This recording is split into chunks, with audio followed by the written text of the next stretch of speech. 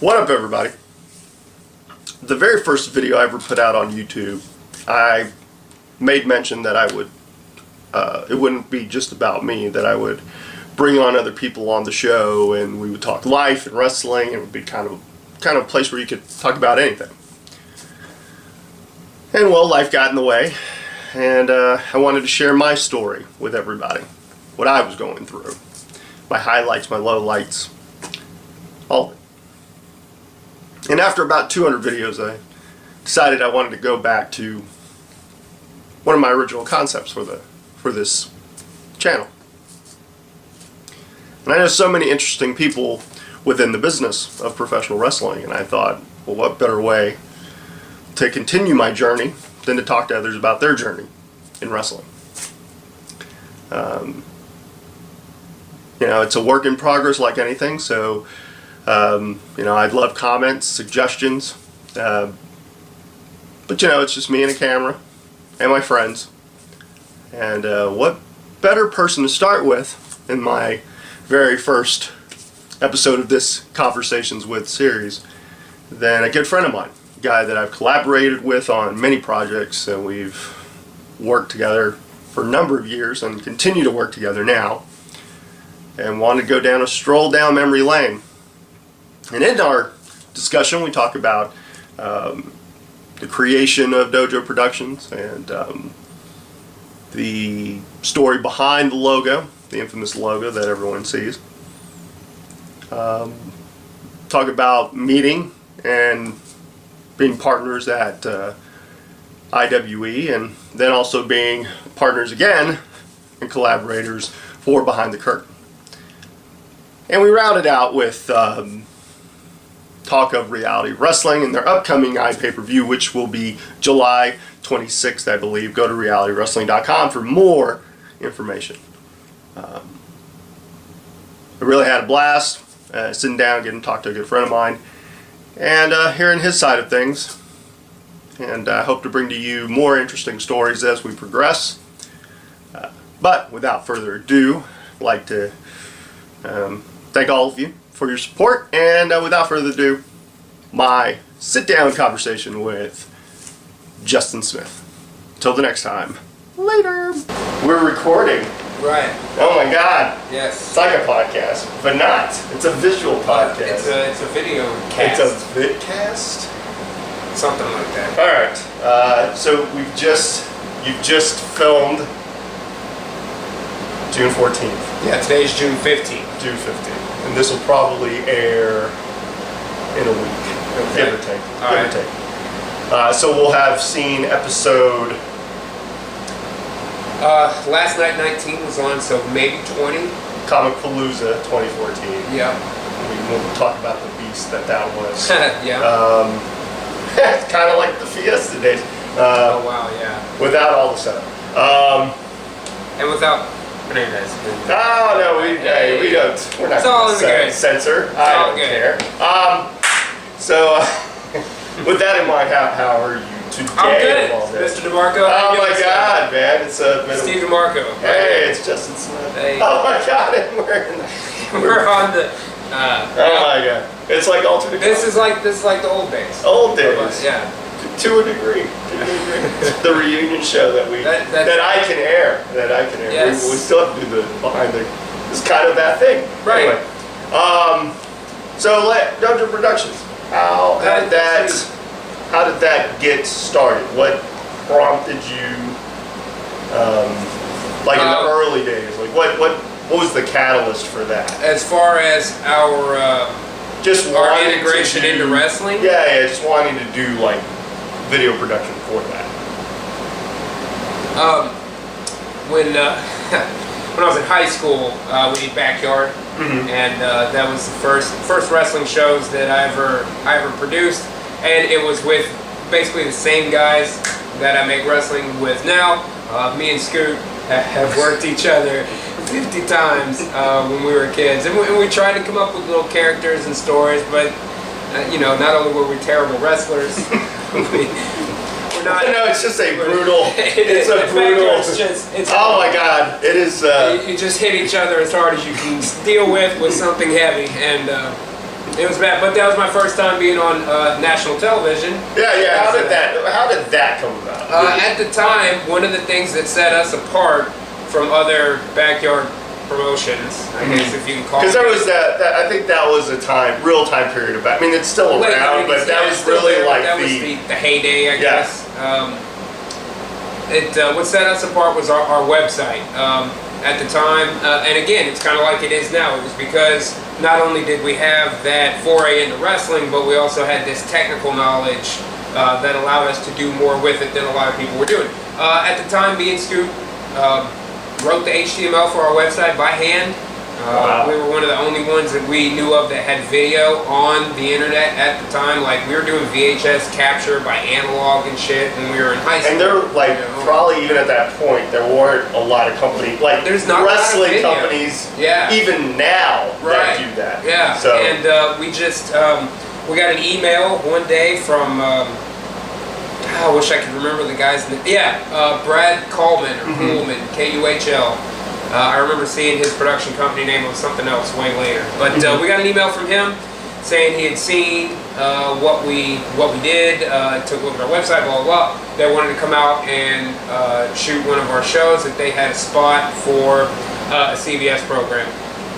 We did it was St. Patrick's Day 01, which would have been the year I graduated high school. Okay. Which would have made me 18.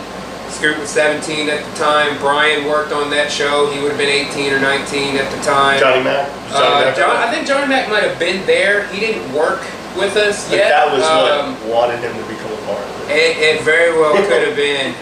But CBS came out, and they were great. We did a spot with them, ended up being on the CBS Evening News with them. You know, they're like primetime hour news shows. Yeah. So I got a lower third. Nice. My subtitle was Backyard Wrestler. Nice. Nice.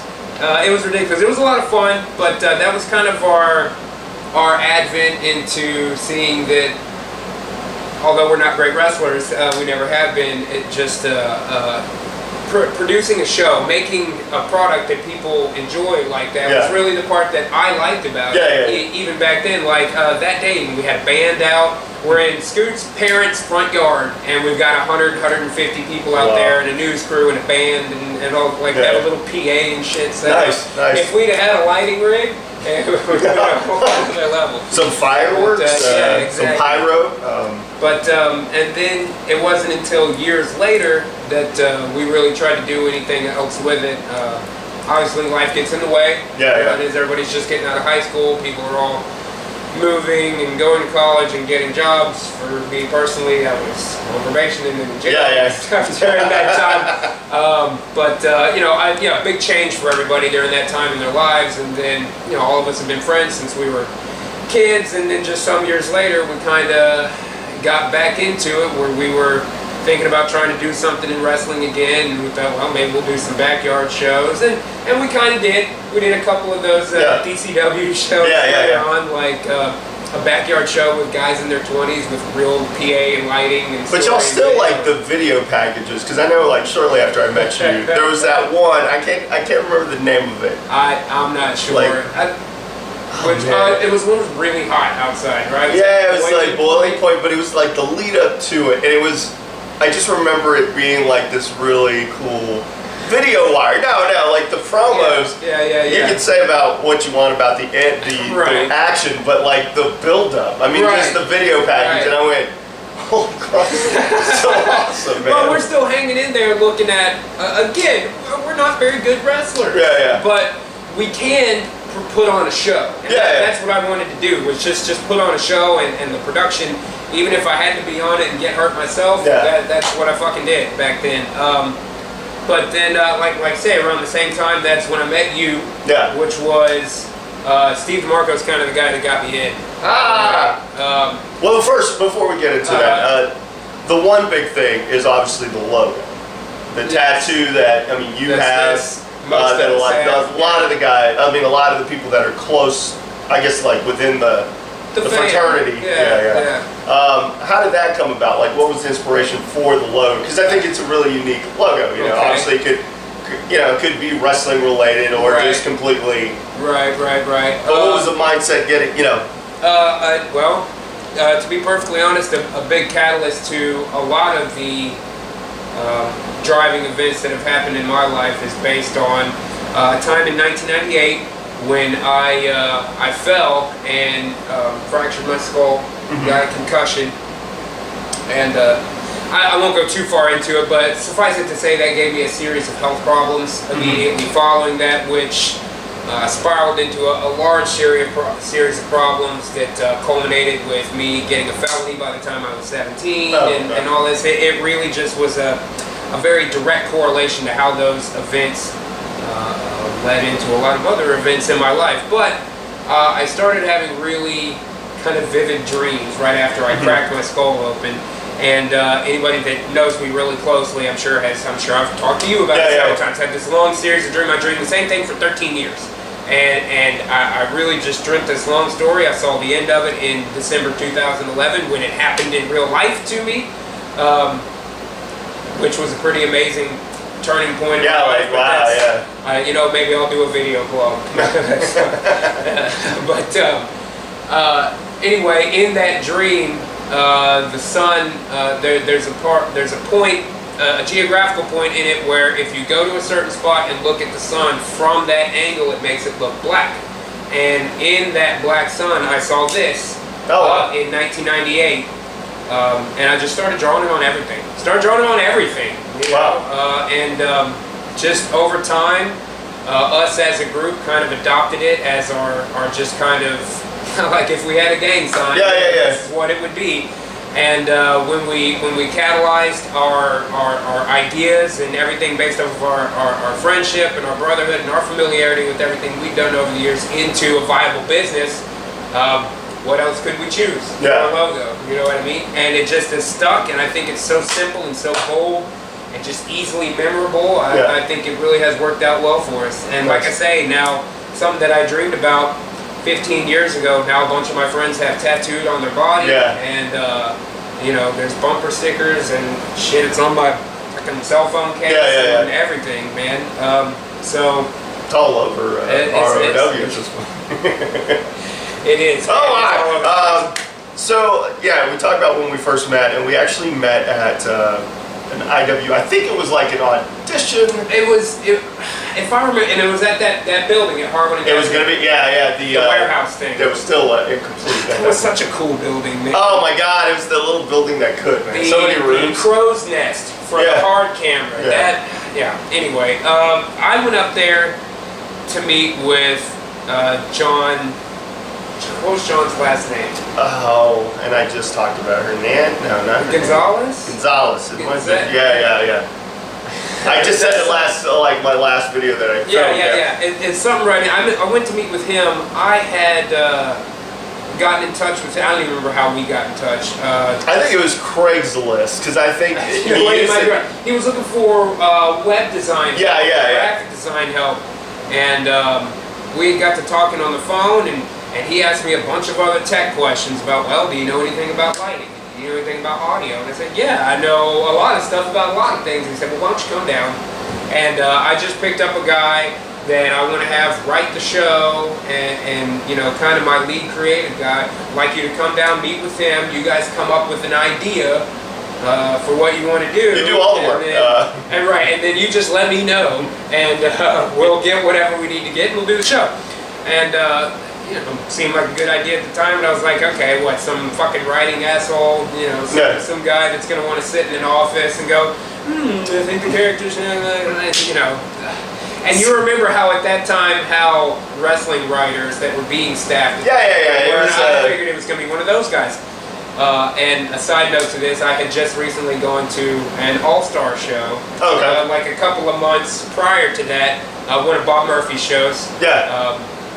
And honestly, on a side note, All Star was the first indie show I ever went to. They did a show at my high school when I was like 15, 16, something like that. And Bob Murphy was still the Lord Humongous. Oh, wow. And it was him and the Rasta Savage for the TASW heavyweight title, and one of the ropes broke. And, it was a hell of an event. I was a kid, but we really had a great time. And anyway, so I go up to meet with John at the Harlan Gessner building, And then I see you walking around. I was like, didn't I just see you at a show? What was your name? Yeah, Steve. So you're like, yeah, Steve Morgan. We just got to talking for a second, and then John walks in. He goes, "This the cat I picked up for Ryan." We're like, "Oh, okay." And we just I don't know. We just kind of hit it off easy from there. You know? Yeah, because I think I was like, you think about videography, and you're like, yeah, I know a little bit about everything, and I went, okay. No, it's either me. And I was like, okay, here's a guy that knows something about wrestling. I'm like, it's either me and I get a couple of friends with cameras and we try something, or I needed that part taken care of. Yeah, man, I think initially it was John was when the money went away. It was. We'll talk about the first show, okay? Because I remember the first show you had. Yes, it was your birthday. But I remember you bringing like a crew, 100-man army. We brought everybody. Everyone was there. I was like, wow, I've never seen so many guys with the same shirt. It's like a gang. Let's go. Young guys strolled in. It was like slow motion. I wish we had filmed that part, like the meeting of the minds. Right. Only if only we had thought to do that that. was a rough show too. Well, yeah, because it was the first show. I didn't think we had Q's music. We had a lot of problems. We had a lot of, but it was such a big crew, and I think okay, so after that show, the money went out. Now I think it was like the second show. He was like, why do I need a videographer? And I'm like, well, you're stuck. Yeah, you're stuck. I don't know what to tell you. We've agreed to this that we're not going to change it. Right. What was your feeling going into it? I mean, especially like working with me and being like the initial stuff. Honestly, all of us really, we were excited to do it at first because, like I say, we had come from backyard when we were kids, and now a lot of us by that point were already doing production work. Yeah. To some degree or another. I already was, Brian, Johnny Mac, a lot of us had already worked on stage to some degree, and catalyzing that into wrestling. And here's not just us trying to come up with something. This is what we needed. Here's a wrestling show that's already happening. Yeah. That we can jump on board as the crew, put our influence in it, and work together with somebody to make a better product. Yeah. Not only that, but here's a show that's just starting off. Yeah. So we can have. There's no like pre-existing. Right, nobody's grandfathered in where all of a sudden you have to go, ooh, well, this guy was doing that before. Well, there was no before. Yeah. So we're just inventing the game as we go. And that I think was better for us at the time. Although things were so difficult, there was just, like you say, after 2 shows, there was no money in it. And it was immediate. We're just not. We don't have money. Wow, look at this. Oh. Clipboard. Oh my God. Oh, we're gonna have to get into that part. So it's no secret, really. Mm-hmm. I mean, John was John, and whatever. I mean, a lot of times, we both had kind of the same idea that they were the promoters, but they weren't really promoting. Well, yeah, there never was a clear management structure at IWE. Yeah. Because me and you both just worked there, really. Yeah. We weren't running the business. No. But we never really knew who was. It just was what it was. Very strange. We tried, man. That was the little company that could. We started to create some buzz. But when it ended, we both got because and I've talked about this before, but we had just gotten the Amazon deal finalized. That stuff's still on Amazon.com. You go, if you go Independent Wrestling Entertainment. I haven't gotten No, I think you even have to go like IWE.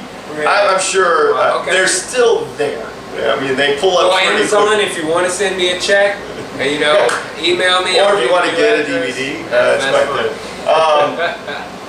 But when it ended, I think after we got the Amazon deal, and you and I started talking about percentages, and then even working, how is that going to affect filming the shows?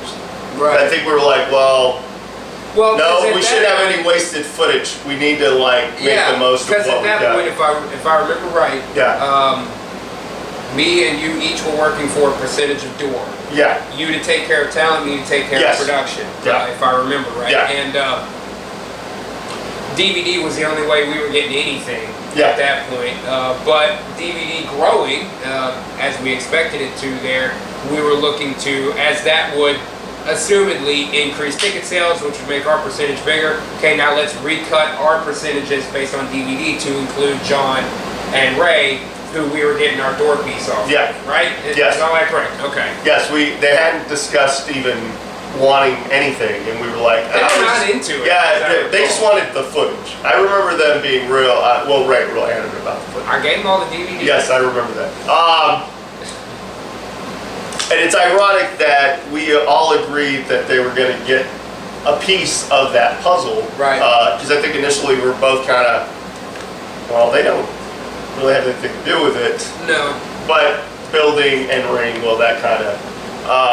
But once it was done, But that's why they got the bulk of tickets. Yes. Isn't that how it's supposed to go? Yeah. I mean, what was your feeling when it ended? At that point.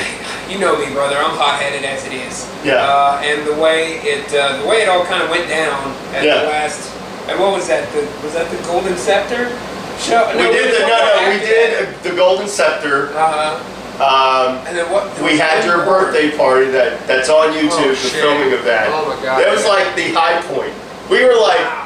Because we were like, you know what, it's going to work. And it was on my birthday. Yes. And we were like, yes, it's it was like Saturday night, we ended up having some big bash. So much debauchery. But yeah, like what was, and then we had the conversation, it was like a week later, because we were going to some other show. And, I mean, were you like, whatever, or was it Well, at that point, or were you like happy to be done? There was a part of me that was kind of. It was bittersweet. It was so much work, and it was so much hard stress. God, it was so stressful. That there was definitely a part of me that was so ready to be done, so ready to move on. At the same time, it was, even though in retrospect, we could have never made it work. We could have done that show for 3 more years and still had the problems because we had nothing to start with. Yeah. We were never able to build anything because it was hand to mouth. Everything that came in went out immediately. It had to. It was the only way to keep it alive. Yeah. It would have been really hard to get beyond that. And I'm not saying we couldn't have done it, but then it was still a product I believed in, and it was a cast I believed in, and I wanted to keep doing it. You know, at the end of the day, the product is cool. Yeah. We're making a wrestling show. I mean, I could be out there making a stupid fucking reality TV show, or shooting college football, or any number of production projects that I don't care about at all. And I've done my time with those kind of jobs. What's the strangest thing you've had to film for a job? Okay, how no censorship. No. Okay. This is whatever. Okay, that's fine. The most fucked up thing I ever had to film, it was when I was directing porno, which was like 10 or 11. Post IWE. It was after IWE. But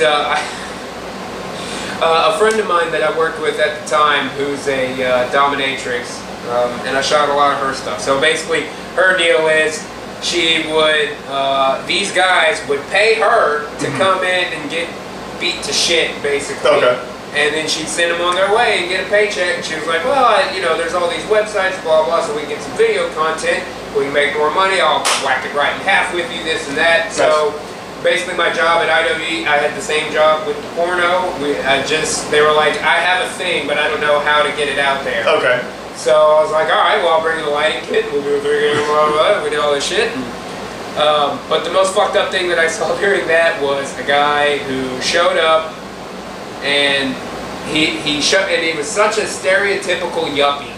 Like, he's a guy that's he's like a Fortune 500. Right, like driving a Mazda Miata. Nice. And one of those. In the midst of his midlife crisis. What an asshole. Wow. You know what I mean?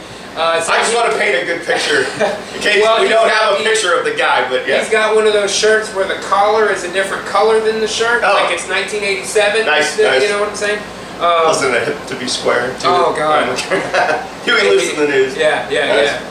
When sports came out. Such a good underrated album. It is. Power Up. Okay, so he comes in looking normal and just immediately just strips naked.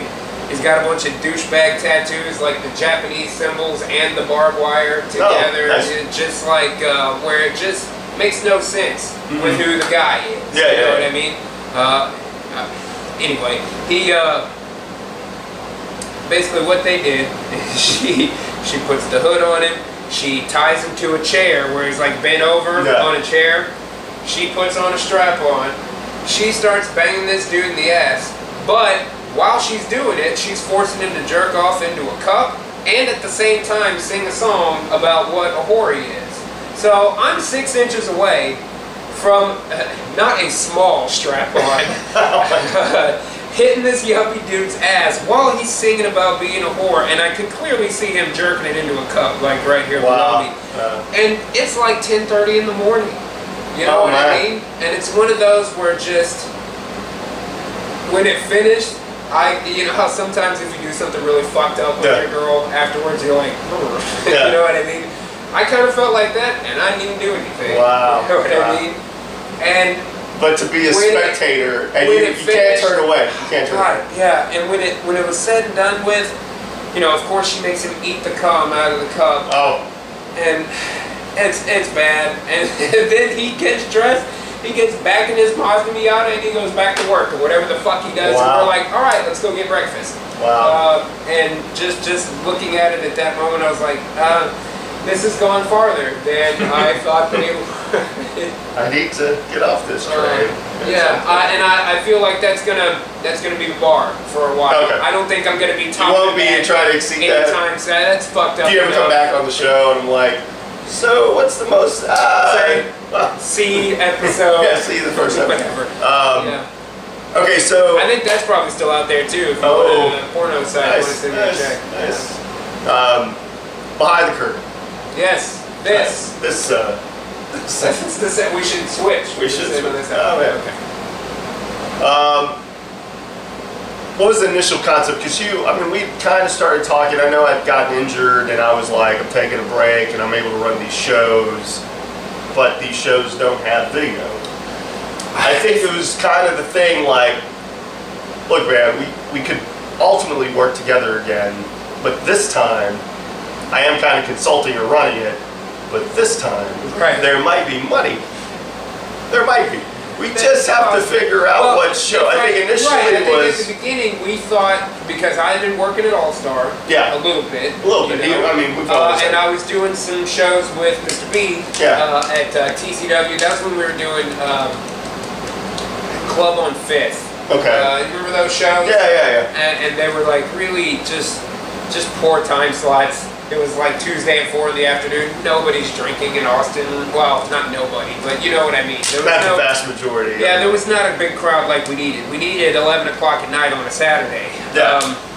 We would have done great if we had. Anyway. If I remember right, again, we were both of the opinion that if we were to put it all into one show or the other, and I think it was like maybe Noah's at the time was looking like a prospect. Possibly.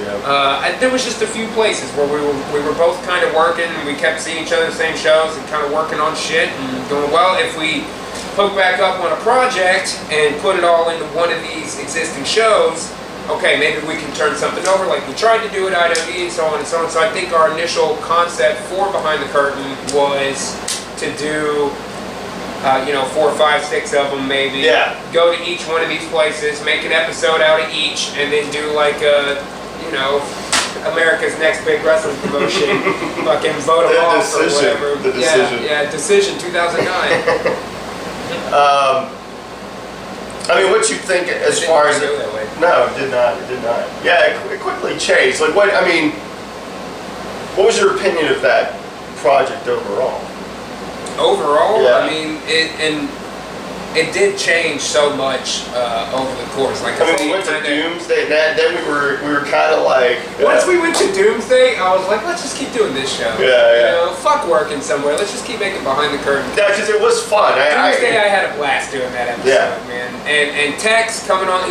Was on the show a couple times. Had a really great wrestling mind.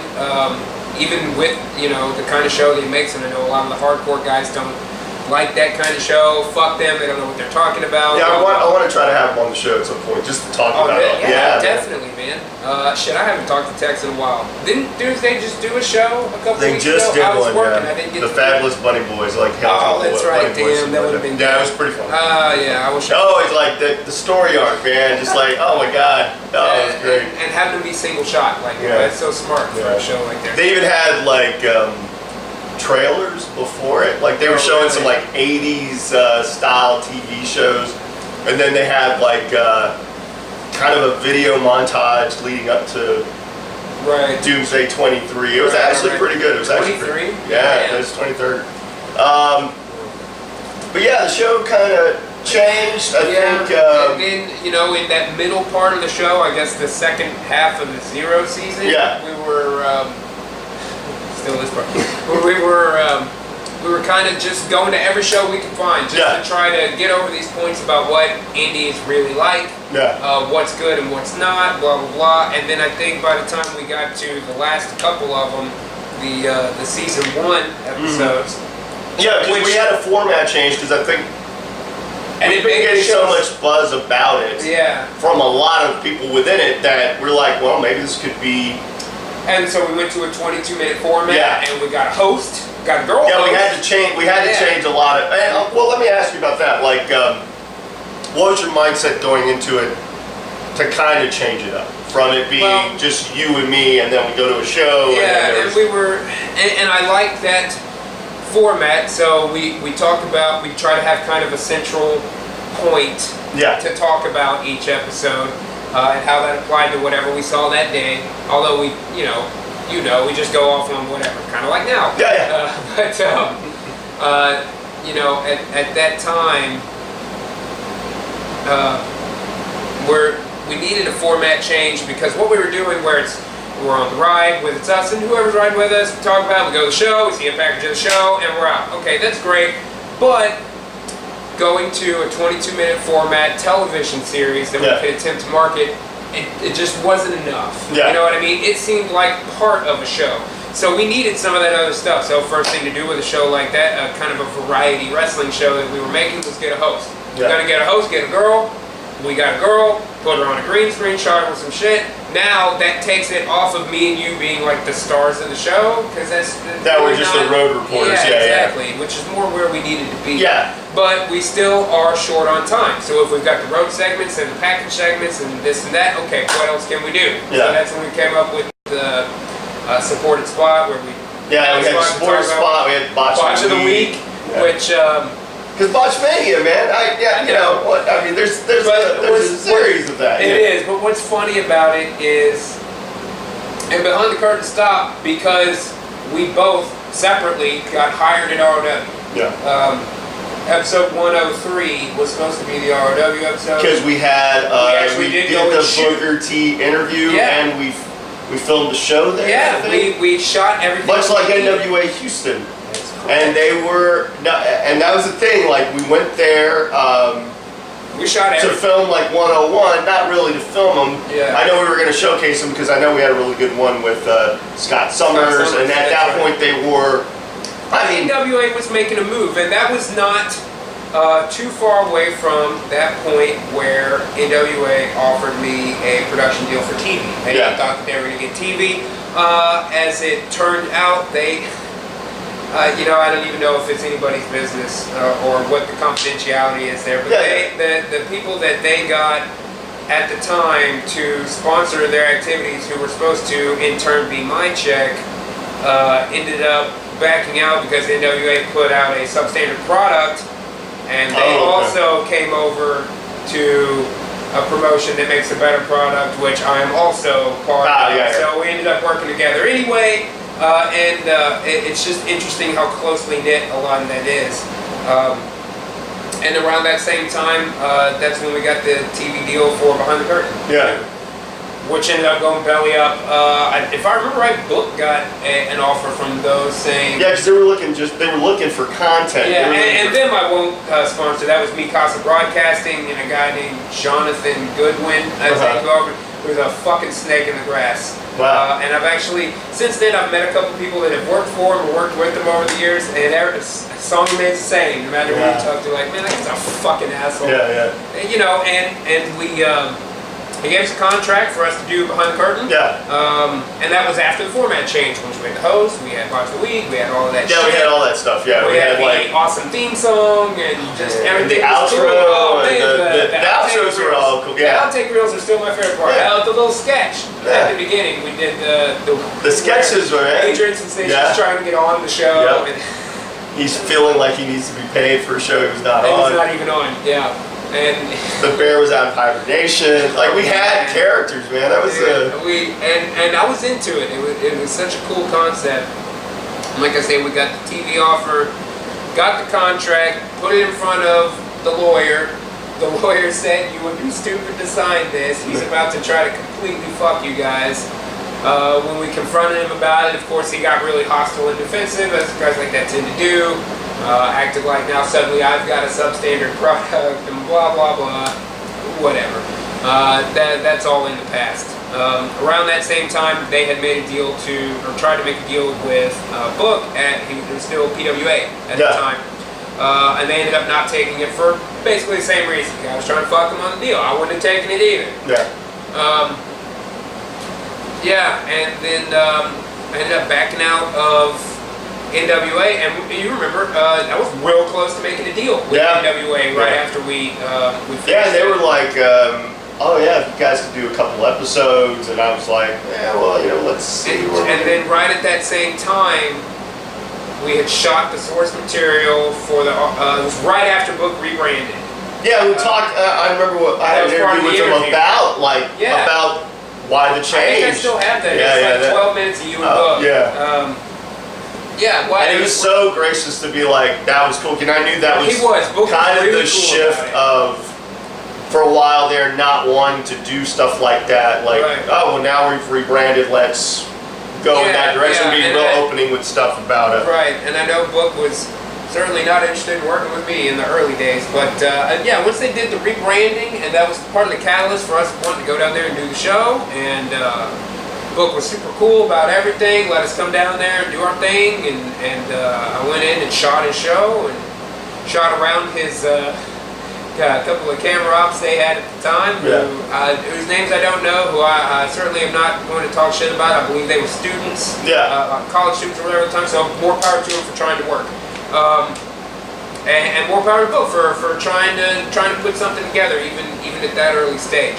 But after we did that, and after we decided not to do NWA, I believe Book saw episode 101, which is the Face episode. That we did. That I've just seen recently. It's a good one. I like that one still. And the skit. Is that GCPPP? I think so. No, that was two. That was okay. The skit, that's the one where Adrian Station's trying to get paid for the show he went on. And then we all choked each other. We had to fight. Because I think we wanted to approach it too, like the trials and tribulations of trying to put this show and all the people that we have to deal with and the wacky wrestling. At the end of the day, I just want to make the Muppet Show. Where it's all about just trying to get the fucking acts to go on stage. Yeah, I want to do like It's Always Sunny. Like on 102, that's what we did with the sketch. Did it like It Was Always Sunny, where it just ends in complete chaos and they cut the theme song. But anyway, right around that time, that was when you were just starting to work again. That was the big, let me come back, and then I was like, well, let's see if we can, this thing could be big. They could, if we both get on there. At that point, we were doing shows. You're in the ring working, and we're still talking to each other like. Because it was all about, we had to do our due diligence, man. I mean, come on, we had to. Those were a couple. We went to Louisiana for that. Once. It was a one-time deal. And right there towards the end, like I say, Book saw 101, and that was right when he picked you up as a worker. And as I think he was even looking to have you as creative help at that time. If I remember. There was conversations about. And then he had spoken to me about production help on a smaller level. He just needed camera ops that knew something about wrestling. And had seen my camera work, obviously. Said, you got any guys? I was like, yeah, me and Scoot will come out and fucking kill it. So that's kind of what we started with there. In between the time that he hired me and the next show was episode 102 came out, which was a lot less favorable to a lot of people, and I got fired before I even did a show. Wow. And it was really because of it seemed like it, maybe not, maybe it's and I, no hard feelings about it. I understand, Book didn't know me. He can't just trust just because a lot of his boys are like, oh yeah, I've worked with that guy before, and that is the truth. The vast majority of everybody on his roster already knew me the first day because we've all worked together all this time. But then, maybe Kevin was in his ear, maybe he had a change of heart, maybe he went back and watched it again. I have no idea. But then he called me again and said, no, let's go ahead and do the show. And again, and even through the hire, fire, hire, Book was just kind of super cool about everything. You know how he is. And so we came on and we did a show. I believe just a camera, and that was right when we started the YouTube episodes. Which I believe we did about 50. Yeah, we were like 50. I mean, we did about 50, a year, 55. I think 55. So if you count Christmas Chaos. Christmas and okay. This is the one. This is the one that, even though it's so good, that people give me shit for. One of my standing orders when I came on in books is, bro, no explosions, no fucking laser eyes, no missiles, and save that for the cosplay. Right, no shield punch. But we came home and started doing the YouTube episodes, or shooting the YouTube episodes. Kevin Bernhardt was still cutting, graphics, all that, and he's an outstanding talent, has a great mind for wrestling. So does Book. He's learned from Book for a long time, and getting to know Book over these last couple of years, he really has a strong mind for creative. You know what I mean? And especially on a big picture sense.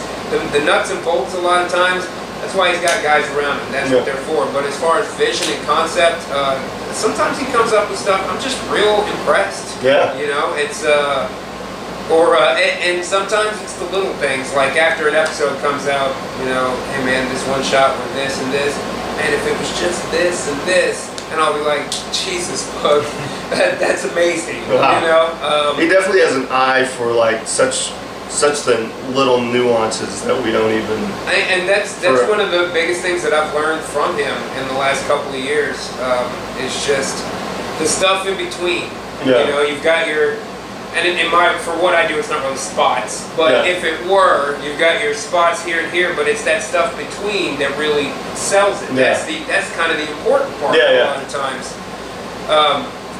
And he's right, man. He's damn right. So, like I say, we came on there, and just over time, it more and more of the work has kind of just come home to my studio and that is what we pitched for from the beginning. But you got to acquiesce slowly and stuff. I can't expect Book to just trust me and be my best friend on the first day. And get into this business to be friends with Booker T, and I'm sure he don't care about being friends with me. But I just try to keep doing a stellar job. He keeps putting on great shows. Everybody that works there works really hard. I know you're working hard on everything that you're doing at that show. Kevin too has a giant responsibility, and Book and Charmel are just they're always cool about everything. I know that Book especially, I hate to say it, but sometimes I think we're kind of similar in a lot of ways. We're both real hot-headed. And a lot of times, I think we're both, our egos won't let us admit that we were wrong. So we kind of, we get at it a little bit, but, we're both grown men, and I think we get better product for it. I have a lot of respect for Book because he's that guy, because he's willing to not hide it, to be who he is, man. Do it how you feel it, and I understand, because I try to kind of do the same thing. And like I say, just slowly as I've been able to, I guess, show them what I'm capable of. Now we're at a point where basically we do everything. After the show, we cap it, sync it, color correction. I cut it, do all the packages, all the graphics, all all of that. I'm at as many of the shoots as I can be. Help with whatever creative I can. Yeah. Kevin Bernhard does the bulk of the nuts and bolts, right? How is it working with Kevin? Kevin, like I say, he's got a sharp brain for writing for talent. Writing in such a way that you get the most out of your talent. You know what I mean? Not everybody is a perfect worker, but everybody can, nobody can do everything, but everybody can do something. Yeah. So find that something and exploit that. And I think Kevin's good at, and Book is too. And I wouldn't be surprised if this is a trait that at least in some way Kevin has honed by working with me for so long. That they both have a real sharp eye for, well, this guy may be rough here and here and here, but he does have this. So let's take this and just really blow that up big. And they're yourself included, which is why you're a helpful creative mind to this whole process, because we're all kind of on the same page. There's like a lot of brainstorming that I've noticed in the creative process. Absolutely. It's and I'm very much of the opinion that, and I won't say there are no stupid ideas. There definitely are stupid ideas, but I like the spaghetti method. Throw it all at the wall. Whatever sticks, that's the one. Yeah. And I think that's a totally reasonable. And in our creative meetings, it's a lot of just everybody shout it out. Yeah. And when something stops everybody, we're like, oh, that's the one. Well, then that's what we'll go with. And like I say, it's primarily Book's vision. Yeah. He's got the big concept of where he wants to go, and him and Kevin being so in tune, Kevin can kind of give him what he wants with the nuts and bolts of here's how we get there, and then basically it's my job to come in and just tweak a little bit here and there, and I write some dialogue and this and that, and I think it's a real solid process for us. I think we get great results. I really do. I think we have an outstanding product that we're putting out. Lots of great characters, lots of great stories. We're still on our way up, bro. So going from YouTube and that being kind of a a more freer way as far as time and all that, going from that to working with the Cube, how's the transition been with that? Honestly, it's way better. Working with YouTube was a bitch. Okay. Nice. And nice to talk bad about YouTube, as I'm going to post this on YouTube. No offense. I love YouTube. I've got the YouTube check. It's fine. Yeah. But just we have a lot, and it's not YouTube's fault. I'm sure they get. It's such a wide. Anybody can get from any device. Yeah, but I always had lots of problems with them believing that I was the one making the show, that I had the license for those songs. Oh, really? They give you that much of a. Yeah, they'd just always the graphics packages and that such? I didn't own all that content. Wow. That I didn't make that content. Wow. And that's what they always had the problem with. So it was always back and forth. It always made it difficult to get all of our ad dollars in from YouTube. Yeah. Of course, it's hard to get advertising dollars on TV too. Yeah. But as far as just the bulk of working with another party in order to get media out to the public, the Cube's great to work with, man. Especially their guy, Master Control. I mean, dude, and because they're here in town, as opposed to Soul South, which I deal with all digitally, I upload to their server, talk to our account guy there, we get everything set up, and there it is. The Cube, shit, that ain't but 10-15 minute drive. I just go down there with a flash drive and hand deliver, and we talk about it right there, and there it is, man. Cool. And I like that a lot because it's not a faceless relationship. You know what I mean? If something were to go wrong with our show at the Cube, they got my phone number and they know who I am. They can call me and go, hey man, what's the deal with this and that? We can get it knocked out right then and there. Whereas with an all digital relationship, not that it can't work out just fine, but it can be more difficult or more time consuming to make some of those things happen. Luckily, we haven't really run into that problem yet, but I sleep a little better on YouTube than I do on YouTube. So, like as far as working with talent, like from a TV perspective, and we brought in guys, and we've assumed they have the goods. But they're not on a lot of shows, or there are very few like from a production standpoint, from a camera standpoint, from an editing standpoint, what advice would you give to performers that are on the indie level going to... That want to get onto TV? Yeah. Well, you know, there's several things that I look for, and you know, it's never been, and it's never going to be my job to teach these guys how to wrestle, particularly at reality wrestling. These guys are learning from book. What the fuck are they going to learn from me about how to wrestle? So I'm not more so from the performance right, standpoint. but I am there to teach them how to not look like idiots on TV. Yeah. You know, how to use your face and how to, and a lot of it is stuff you do learn in your matriculation in wrestling school. Yeah. But again, it's my job to come in once the coursework has been done and the fine-tune to make sure that it's ready for TV. So one of my big things is the fucking hard camera. Work the hard cam. You know what I mean? Because the way we do it, even though it's odd because there's like two rows. And that's the thing. And the thing is, workers got to get used to it because that's exactly how it is on Raw. That's how it is on Impact. I've worked those shows too, and it's the same deal. It's counterintuitive because the larger section of the crowd is always going to be opposite of hard camera, so that you see them on TV. Okay. But we want you to face the camera so we see you on TV.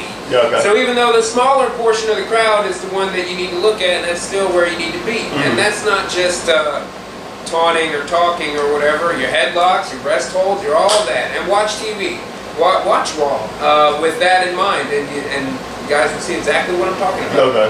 And that absolutely is the way they do it. From their ring announcing to what ropes they come off the top from, to which way you do your Irish whips. Don't do them up and down. Do them side to side. It looks way more dynamic. Yeah. So never really have your back to the camera. Right, and that makes it important for referees to stand in the top of the key, basically, not with their ass to the camera. For entourage, managers, valets, all that to be top half, so we see their faces. Yeah. I don't want to see your haircut in the back. Nobody want to look at that. I mean, one of the only guys I can remember that really got away with that, because they weren't nearly so stringent on stuff like that in the late 80s, early 90s. Jimmy Hart, for instance, would full laps. He would be all the way around the ring with the megaphone and all that. But that was okay, because he was dynamic enough that even when he's downstage and you see the back of him, he would always keep it turned. So you see jacket, haircut, sunglasses, megaphone. He's always still got some dynamics to what he's doing. He's not just facing away. Yeah. But he even still, especially now, modern wrestling television is so much more detail oriented. Okay. Because it has to be HD. It's very unforgiving. I think we all learned that when Raw went HD, how much had to change all of a sudden. Now it's that way for everybody. Your face got to be right. You got to be looking the right way, and facing the hard camera isn't enough. You have to, and this applies to any kind of performance. Any performer in the world should always remember that if you believe it, your audience will believe it. You know what I mean? For instance, you know this because you're there. At ROW shows here recently, it's been one of my responsibilities to do a little crowd hype stuff in between, because we've been working with new ring announcers. So they need to concentrate on that, do that job. Brad Gilmore now is a guest commentator. Now he's a commentator. So that there's a little bit of a void there, but we still need that job to be done. So I don't care. None of it's on TV. None of, it's just for but just to get the crowd warmed up. Right, and I've been doing it some lately, and just, you throw out the free swag and, oh, you're on this side, all that dumb shit. But the crowd really responds to it because they want to respond to it. You know, they want to be crazy about a wrestling show, and they're willing to do it when I go out there because I believe it. I believe that I'm excited, even if I'm not excited about the show. I believe it that this is, the #1 wrestling show of all time. I'm Tony Schiavone out there, and it makes them believe it, and it works. And I think that performers that act under that same that same school of thought, I think, achieve good results. And you can absolutely tell the difference, even on the show we're doing now. The guys that believe what they're saying elicit better response from the crowd than the guys that don't. You know what I mean? Sorry. Oh, good. I'm retouching them and I'm just blowing them out. Like, that's all you need to do. You need to crop the backgrounds or Now I'll do all that. get rid of the background, just retouch the bodies and clean up. Yep. Alright. And if they're already in PSD, that's fine. I figured I just keep them in PSD. That's fine. That works fine for me. Cool. Thank you. Just right. Never off the clock. Never off. No. Um, Brother, I haven't had a day off in months. yeah, you were saying like your last day off was the day after your birthday, day after right? my birthday, because I had a And day we're off. well into June. My next available day off is July 28th. After the And I can't wait, brother. It's after pay-per-view. We'll get there. We'll get there. now, speaking of like performers, what performers for ROW now are like guys that you're not having to work so hard, like you're not having to cover anything up as far as like from an editing standpoint. You or know, just for guys that I'll are tell you guys what- and gals who are, you know, in the Who proper get it. position. Yeah, like there's a friend of mine who I know will never agree with this statement, no matter how many times I said it, and it's amazing to me that one of my favorite characters on reality wrestling is Abel Andrew Jackson. no, dude, he's awesome. He's awesome. He's and, another one I'm gonna have on the show at some point. And later, I've yeah. said to Abel before that I'm so surprised that, because I remember 10 years ago, or however many years ago it was, at his former place of employment. I don't know where we stand on things, so I'm just gonna. No. Hey, it's on Facebook. There's Nico. He's part of the Okay, fine. Nico Voodoo Okay. Nation. It's all on the internet. Right. Not like we're. Fair. It's not. Kayfabe. Yeah. Okay.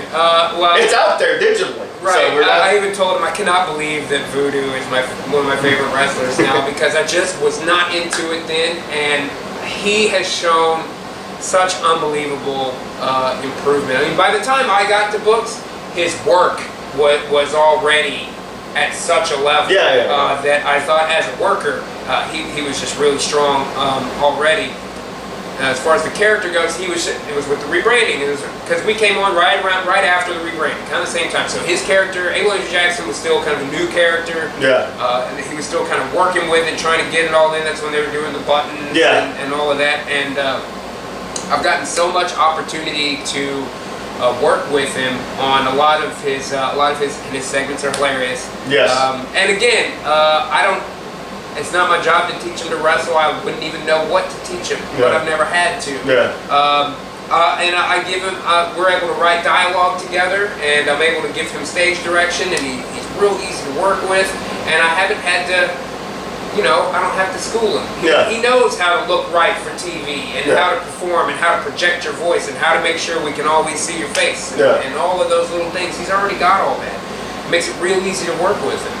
And then in antithesis, and yet similarity to him, another guy who's easy to work with, who I think we get great results from, who, again, we're able to write dialogue and go through direction, and everything comes out really good, but he's real young, is Sean Hendricks. Oh yeah, man. I think Sean Hendricks' promos are really getting strong. Give that kid another year, and I think he's going to be a really great performer. He put on a little weight. I like Sean. I think he's great to work with. I think he's got a lot of potential. I think you have him and Brian Keith butt heads a bit, and that's. Brian Keith's really. I think Brian Keith's great too. He's got his face is very animated, very he emotes really well. I think that. I think he's got a lot of big potential too, and again, that's one of the great things, and the things I think is really smart about the way that reality wrestling is handled by management. We place so much emphasis on bringing up the young guys. I mean, Q, Ryan, Abel, these guys, man, they're already the jam. Now, obviously, we want to work on them, improve them, exploit everything, get them out there and all this. But there's going to come a point well, those cats are gonna get fucking signed. Yeah. They're gonna move on to something bigger or this and that. So we always have to make sure we've got a good crop of new guys coming up. Yeah. You know, those are the future top guys for us. Guys like Sean and Brian Keith and all that. And I think they're definitely in a position to get a lot of good product when they get to that point. You know what I mean? I think the time frame is right. Yeah. If we can all hold out that long. So, pay-per-view's coming up. Yes, Summer Champions, July 26th. July 26th. Come see Humble. Come see us in Humble. That's a big room. That's a big room. How ready do you feel, production-wise, that you guys are? Okay. Yeah, because it is. I mean, if we're, I think the next step realistically is live, like live. Live. Yeah. Man, we had a fairly successful. I mean, we've upgraded and upgraded and upgraded. As far as actually putting on the show for the fans, production-wise, I think we're ready. Yeah. And obviously, there's gear and tweaks and visual stuff that I'd love to see improve, and I'm sure we'll improve over time. Yeah. That's fine. But as far as my crew handling all of that, I'm good with that. I have all the confidence in the world in those guys. As far as live, we're doing the pay-per-view and the live cut and all that, and man, I think we've got some great tech talent in place to help us handle that situation. But man, it certainly is branching into new waters, and there's a lot of things that really, and we've got time, a lot of things that need to be considered and practiced and worked on. I think if we had to do it tomorrow, it would be rough. We'd make it, but we'd be rough. But I think by the time we get there, we're ready, man. We've got a great crew, great cast. Management team's been outstanding. Everything seems to be building really good. It is. At this point, at Reality Wrestling, I really think all the tools are in place. All the seeds are sown. We just gotta wait for harvest, man. We're growing it, and there's gonna come a tipping point where the weight of our product is just gonna shift that balance. And man, if we can make it to there, it's gonna be a golden scepter. A golden scepter. So anything else with Dojo Productions going on as far away from reality? Outside of reality wrestling, our most current thing is MMA. We're gonna branch into MMA live and post production as well. Oh, cool. We're doing our first MMA show July 19th. Oh, wow. At Moody Gardens in Galveston. Nice. So we're gonna do, and I hired both to make an appearance. Nice. Oh no, hey man, whatever sells tickets. Yeah, exactly. So we're gonna do basically there what we do in reality wrestling. We're gonna produce their live event, and then I'm gonna do their post. I believe they're looking for YouTube or potentially DVD, maybe pay-per-view, depending on how their show comes out. I don't know, but you know they've got some good guys over there that have been pretty cool so far. I'm anxious to do their show and see just see how it goes. You know, I feel like my guys are more than ready. There's no problem, and for us, it's not that different. You know, it's MMA instead of wrestling, but other than that, it's, you know, 3 cameras around the ring. Yeah. You know, you hit the music, lights come on, the guys come out. Nice. You know, dude, it's a stage show. The truck pulls up, you pull the shit off, you do the show, you put it back on the truck, and you go home. You know. Outside of that, we our typical stuff. You know, we're still doing nightclubs and building lighting rigs at strip joints and dance places and this and that. And we got a couple of website clients that we work on, some little graphics things and all that. We're Dojo Productions is definitely in a growing pains phase right now. Not to put too fine a point on it. And one of my closest friends and one of the another piece of the management puzzle at Dojo Productions, Johnny Mac, was. He coined it that way. We really are just going through growing pains. It has been tough the last couple of months. You know, and all of us are all hot-headed and all want to do it our way. But that's fine. We've all been friends for so long that it doesn't matter. We're still 12-year-olds punching each other in the face about every little thing. Again, I think it's a similar situation. We've got all the tools, we've got all the talent, we've got all the experience and the networking, and everything's in place. We just got to hold on until that tipping point. So it's an interesting time in life. interesting time in business and in my work and all of that. It certainly is not easy. Yeah. This has been, this year, 2014, from January, has been the hardest I've ever worked in my life. And you know me, I'm no slouch to begin with. Yeah. And I'll never put in effort like I have this year. But I think it's all going to pay off in the long run. I think you have to work this hard. You know, you have to want it. You have to. It's not uncommon for people to ask me, you know, because from the outside it looks great. Yeah. I own my own business. I don't have a job, and I get to produce a wrestling show. So basically, my job is to sit at home and smoke and watch wrestling all day. But it's not that simple. Yeah. You know, it's really not at all. I have all of that because I've worked the hardest, and because I want it the most, and because I'm willing to sacrifice, and you have to be willing to sacrifice. And that doesn't just go for myself or people in production or people in business, people that want to do their own thing. That goes for performers too. And I know as a worker, you certainly know this. The guys that get anywhere are the guys that don't walk on to a TV show like Reality Wrestling and expect to be a superstar. You still got to go put your fucking dues in and get on your hands and knees and scrub and whatever the fuck it is you got to do. And I know people bitch and moan about, oh, we got to build the ring and this and that. How the fuck do you think these other guys came up? You think they just were born with a silver title belt in their mouth? You know, you got to put the work in. And that's really the biggest advice I give to anybody, really, is hard work does pay off. I owe everything I've got to hard work. You know? And there it is. So anything you want to plug, like Twitter accounts or yeah, sure, why not? You can always check all my shit out, dojoproductions.com, facebook.com/Dojo Productions, twitter.com/Dojo Productions, all of them, basically. All of them are Dojo Productions. I've got Facebook, and I've got my own Twitter that I try to use. I'm really not good with keeping up with my Twitter. I'm trying though. So if more people follow me, I guess I'll use it more. I use my Instagram quite a bit. My name on Instagram is part of a collider, so I'm pretty anonymous there. But yeah, outside of that, make sure to watch Reality of Wrestling Sundays at 2 a.m. on the Cube here in Houston. Wednesdays at 8 p.m. Central on 13, 14 cities, whatever it is, if you have Soul of the South. If you don't have Soul of the South or Titan Broadcast in your town, make sure to call your cable or satellite provider. Tell them you want to see Reality of Wrestling. If you don't have that, to quote the man himself, go to the website, don't get shut out. Check it out on realityofwrestling.com, youtube.com/realityofwrestling. Come see us at Clear Lake Sports Rec. Our next show there is August 9th. Before that, Humble Convention, Humble Civic Center. Humble Civic Center. It's that big building in Humble. July 26th, Summer of Champions. Going to be a gigantic show. Diamond Dallas Page. That's right. It's going to be on that show. Pretty stoked about that. Me too. And MMA, I don't know the name of the show offhand. I feel like kind of an asshole.